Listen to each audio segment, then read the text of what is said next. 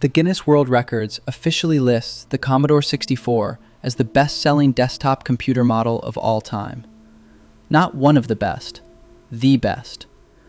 Over 17 million units sold during the 1980s.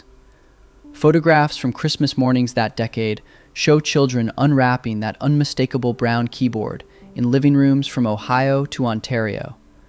It was everywhere, in Kmart stores, Sears, Toys R Us, and the company that put it there was bankrupt before the decade that followed was finished. This is the story of Commodore International, and it is not a simple story. Jack Tramiel was born in Lodz, Poland in 1928. He survived Auschwitz. He came to America with nothing. He learned to fix typewriters in the army, and in 1954, he opened a small typewriter repair shop in the Bronx. He named it Commodore Portable Typewriter. The name sounded substantial. The operation was anything but. One man, one shop, a borrowed reputation, and a philosophy that would eventually reshape an entire industry. Tramiel moved into manufacturing typewriters, then calculators. By the early 1970s, Commodore Business Machines was a real company selling real products. But the calculator business was brutal. Texas Instruments had a habit of entering any market that looked profitable and destroying it with lower prices. Commodore nearly went bankrupt in 1975. Tramiel flew to Irving Gould, a Canadian financier who had been backing the company, and asked for more money. Gould agreed. That relationship would define and eventually destroy everything that followed. Tramiel had a motto: computers for the masses, not the classes. It was not a slogan, it was a strategy and a genuine belief. He had grown up without resources. He understood what it meant when technology was priced beyond reach. So when personal computers began emerging in the mid-1970s, Tramiel did not see a luxury market. He saw a population of people who deserved access and could not afford what was on offer. In 1977, Commodore released the PET, the Personal Electronic Transactor. It was a complete computer in one unit: screen, keyboard, and cassette storage built into a single machine. Apple and Tandy were in the same market. The PET was not a runaway success, but it proved something. Commodore could build real computers and sell them at competitive prices. Then came 1982, and everything changed. The Commodore 64 was not supposed to be revolutionary. It was supposed to be affordable. Engineers working under Tramiel built a machine with 64 kilobytes of RAM at a time when competitors were offering 16 or 48. The sound chip, designed by Bob Yanis, was extraordinary. The graphics capabilities were genuine, and the price at launch was $595. Within a year, Tramiel had driven it down to under $200. Competitors were stunned. Texas Instruments exited the home computer market entirely. Atari hemorrhaged money. Apple watched its market share erode. The Commodore 64 became the best-selling personal computer model in history. Over 17 million units, possibly more. The numbers are genuinely disputed because Commodore sold so many so fast that accurate records are difficult to establish. In bedrooms across America, across Britain, across Germany and Australia, children were learning to type, to program, to think in logic and sequence. Not because their parents were wealthy, because Jack Tramiel had decided that affordability was a moral position. But the company behind that machine was a disaster waiting to happen. Tramiel ran Commodore like a wartime operation. He pitted engineers against each other. He canceled projects without warning. He demanded cost reductions that engineers described as technically impossible, and then watched as those same engineers found ways to achieve them anyway. The pressure produced innovation. It also produced chaos. Talented people left. Institutional knowledge walked out the door.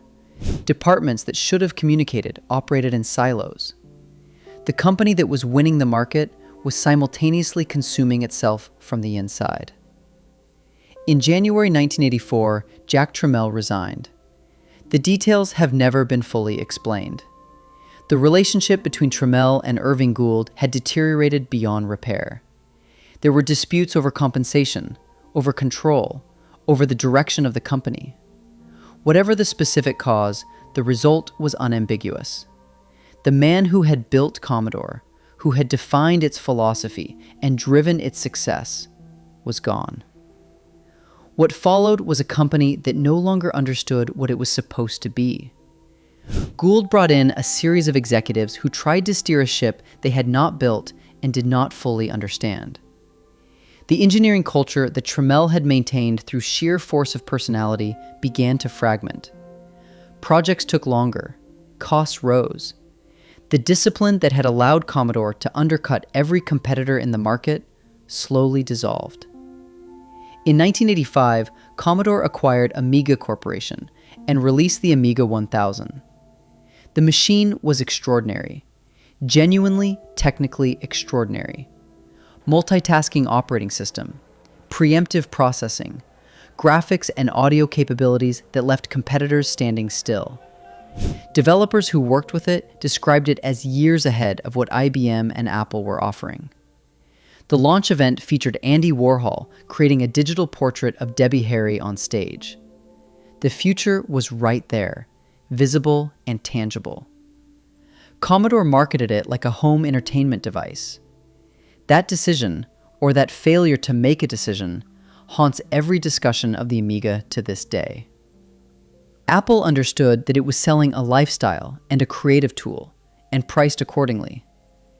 IBM understood that it was selling professional legitimacy, and marketed accordingly. Commodore had a machine that could have competed in professional and creative markets, and positioned it next to game consoles. The price was too high for consumers who saw it as a toy. The marketing was too scattered for professionals who might have adopted it as a tool. It landed nowhere. The engineers kept building. The Amiga 500 arrived in 1987 and sold millions, particularly in Europe, where it dominated creative and gaming markets throughout the late 1980s. Video production houses used the Amiga's video toaster software to produce broadcast television content at a fraction of the traditional cost. The machine was doing serious work in the real world. Commodore's management seemed unable to see it. By the late 1980s, the IBM PC compatible market had consolidated around a standard that Commodore was not part of. Microsoft and Intel were establishing the architecture that would define computing for the next 3 decades. Commodore watched from outside. The Amiga was technically superior in specific ways that increasingly did not matter, because the industry had moved towards software compatibility and business applications, not raw capability. The company kept changing leadership. Strategies shifted. The engineering teams that had produced miracle after miracle were now producing machines for a market that was consolidating around competitors. The Amiga 1200 and the CD32 console arrived in the early 1990s. Both technically capable, both commercially insufficient. Commodore was spending money it no longer had on products that arrived too late for markets that had already made their choices. In April 1994, Commodore International declared bankruptcy. The company that had sold more personal computers than any manufacturer in history, that had put computing into homes that could not otherwise have afforded it, that had built machines that professional artists and video producers and engineers had depended on, simply ceased to exist. Assets were liquidated. The brand was sold. Engineers scattered. The Amiga operating system passed through a succession of owners who each announced a revival that never fully materialized. What remained was the machines themselves. Today, Commodore 64 hardware still functions in basements and workshops across the world. The demo scene, a community of programmers who push aging hardware to its absolute limits, treats the Commodore 64 as a living instrument. People compose original music on the SID chip. Artists produce graphics that the engineers of 1982 could not have imagined. The Amiga community runs active user groups, develops new software, and produces hardware expansions for machines that are now over 40 years old. The loyalty is not nostalgia. It is something closer to grief and defiance combined. Jack Tramiel went on to acquire Atari from Warner Communications in 1984, the same year he left Commodore. He ran Atari with the same aggressive cost discipline he had applied at Commodore, with mixed results and eventually fading impact. He died in 2012. At his funeral, engineers who had worked for him for decades described a man they had feared, respected, and credited with shaping their entire careers. The factory floors where Commodore hardware was assembled are gone or repurposed. The headquarters in Westchester, Pennsylvania, where engineers had worked impossible hours to build machines that changed the world, has no monument, no marker, no acknowledgement that anything significant happened there. What Commodore built still matters. The argument about what it could have become never ends among the people who use those machines. Whether better management could have sustained it, whether the Amiga could have competed with Windows, whether Tramiel's departure was the fatal wound or simply the first one, those questions remain open.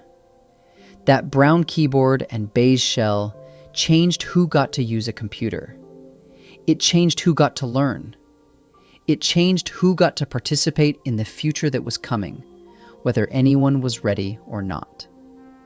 And the company that made all of that possible threw it away before most of the children who grew up on those machines were old enough to understand what had been lost.